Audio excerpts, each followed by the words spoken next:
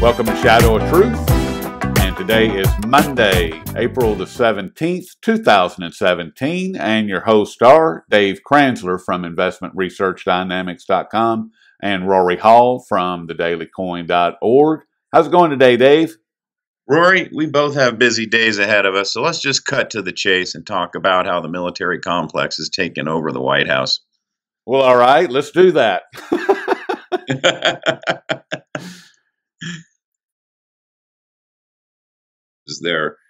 as their front man.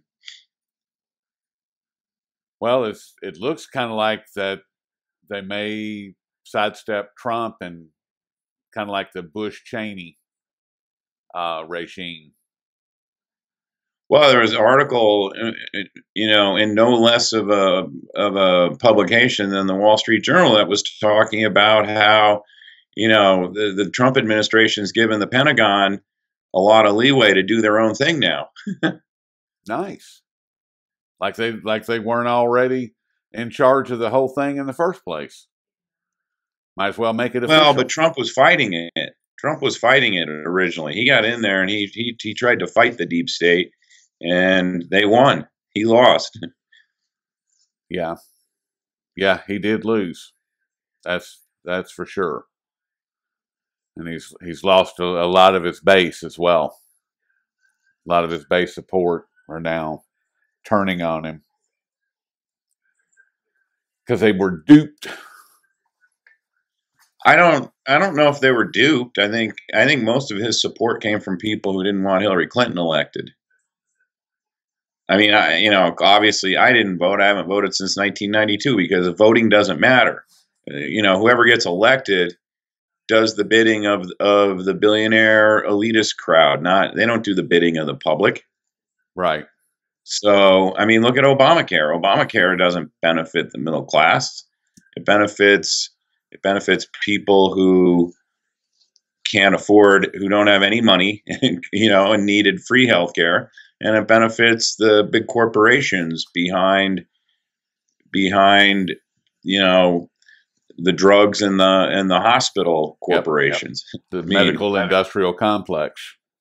Right, exactly. So, I mean, it's not like Obama represented the middle class. I mean, the level of debt and the standard of living deteriorated under Obama. And I'm not blaming Obama per se. I mean, the country's in an impossible situation to save. It needs to be cleansed. It needs to be reset. Well, it may be reset on someone else's terms. China and Russia. Well, it will be. Pushing. It will be. That's how totalitarianism gets completely implemented. You create chaos. You basically starve the middle class, and then you reset it, and you take control of everything. You take away people's rights. I mean, our rights have been taken away from us. Well, for sure, starting with the Patriot Act, but yes. The Patriot Act and the Homeland Security bureaucracy was created during Clinton's presidency. There were two major executive orders that Obama signed, and one was the National Preparedness National Preparedness Act or something like that. And it basically gives the government sweeping control and absolute control of all hard goods, all food, all transportation, all homes, all families, anything of substance. The government can step in, and the president can authorize the director of the Homeland Security executive powers that allow them to take control of communities and local police departments and the National Guard and all of these other military type departments and agencies where they can just literally come in and take over everything. And there was I just found yesterday a video that was produced by the Pentagon. called Megacities, Urban Future, The Emerging Complexity. And I wrote an article around it called Blueprint for Dystopia. And in this video, it describes what the reality of what Jade Helm 15 was all about. It describes what WEX 16 was all about, and all of these other truly dystopian actions that our military that we've been reporting on for the past 2 years, all of their actions and what they're doing, all this training that they've been doing, this 5-minute video codifies it. And it's terrifying. You and I, Dave, are officially enemy of the state, period. Especially you, because you made the Hall of Fame. The And they proper don't care non-Hall of about me. Fame. They know I'm harmless, and it's not like I have tons of huge audience that is proactive. The idea is to identify the quote adversaries and the quote hybrid threats within the megacities to ensure that they can be silenced as quickly as possible. That's the whole point. Big threat. Well, and I mean, because they know what's coming. They know Correct. that the economy is collapsing, and probably within the next 24 months, there's going to be a hole that don't have jobs. I mean, the auto industry is imploding. That employs a lot of people. Yes. Retail's imploding. And housing's next. Yep. Construction spending is already declining. You've got a massive oversupply of commercial real estate, including multifamily housing.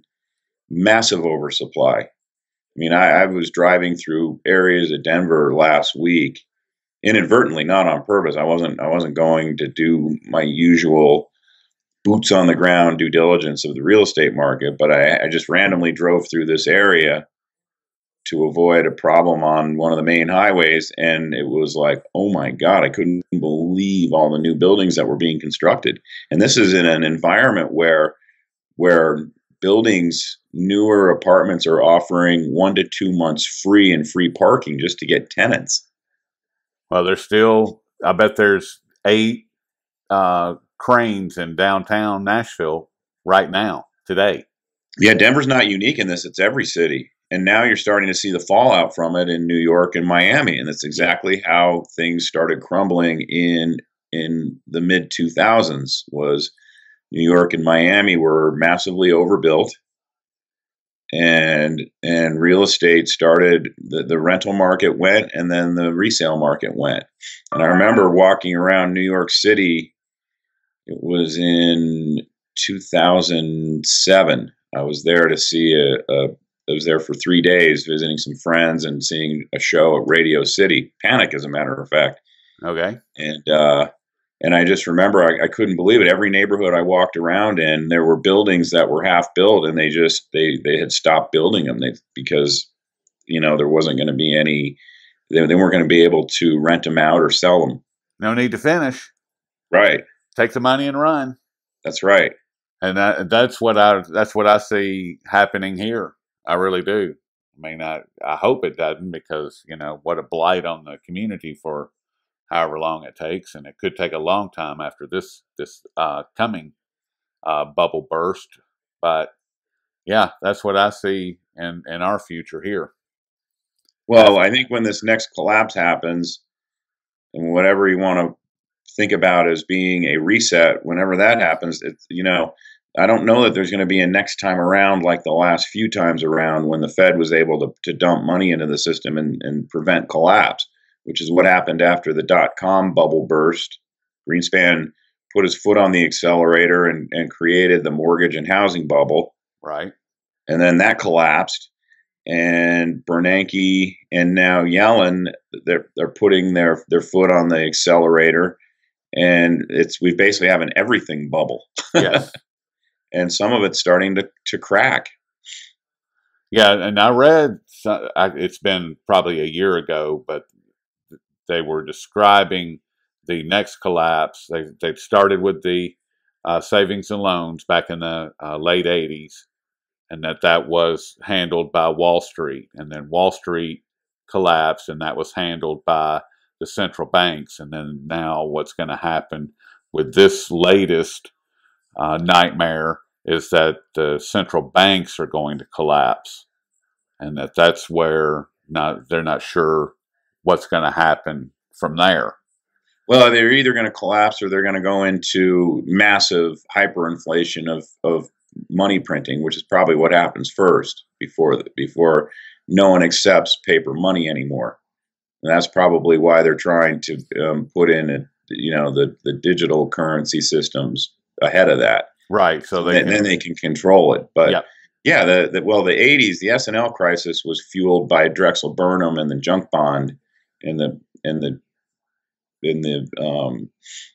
flourishment of junk bonds, and that was minuscule compared to the size and scope of the bubbles and fraud that have been perpetrated this time around. I mean, it wasn't the central banks per se that saved the financial system back then. I mean, it was actually the taxpayers. They set up the Resolution Trust Corporation. Well, it's always been the taxpayers. Drexel, and they liquidated all those S&Ls. When I was a junk bond trader, we used to trade bonds out of the RTC that were, we'd buy them at 50 cents on the dollar, mark them up to 70 cents, and flip them into buyers. But it was essentially a function of money printing and increasing credit availability. And right. This last leg of what we're seeing now, it's all, I mean, the Fed isn't per se outright printing money, but when they create credit and credit availability, it's the same thing as printing money, because credit that is created and used is the same thing as printed money until that credit is repaid, and it never gets repaid. And it can't be. I mean, well, it could be. You just enforce the terms, and if here's the thing, it starts with the banks. The banks yes. know that they can extend the credit because they're going to get bailed out. If the banks had to exercise lending discipline, half of the loans that they issued wouldn't even be issued. Oh, because you mean the like people on the other GAAP? end can't pay them back. You mean like follow GAAP accounting principles? Well, but just follow basic, lending principles. Or rules Lend of money decency. to someone who looks like they have the ability to pay it back. Someone who has a 500 credit score and is living from hand to mouth doesn't have the ability to pay back an auto loan if they get laid off from their job. And odds are That's will. probably half of the auto loans that have been extended in the last 5 years are to people who look like that. Yeah, the subprime auto loan market. Oh man! How about this one? Go lend $200,000 for someone to go to an expensive private school and study anthropology. How the hell are they going to pay back that loan? Degrees in worthlessness. Lord have mercy. People are going to take money. If you're going to hand it to them and say, deferred payment plan, people are going to take that money. They're going to spend it. They don't care. I'll worry about it later. Worry about it later. Right. Yeah, I like these loan shark companies that say, come and get your money. These 300% interest payday loan places. They have commercials on TV that say, come and get your money. That's a small part of the problem, though. The real problem is with the auto loans and mortgages that have been underwritten in the last 5 years, and the student loans, because the student loans, that problem was always there. But but no one cares about it. It's not reported in the paper, so no one. Yeah, it's not reported in the paper or mentioned on CNN. It can't be a problem, so I won't worry about it. Yeah, not a big deal. Just $1 trillion, and just the people that are graduated from college being completely unable to get into a new home or to do anything really for the next probably 10 years until they can get a handle on this thing. I mean, you graduate with an average, I think it's like $35,000 in debt. I mean, that's a hefty line to toe. Right. When you're just starting your life. It's like, hi, welcome to life. Here's $35,000 that you have to pay back. I mean, that in itself is going to cause problems. Well, Dave, I'm going to have to cut it short because I got to go to the doctor. We'll just pick it up on Thursday and see where we stand. Okay.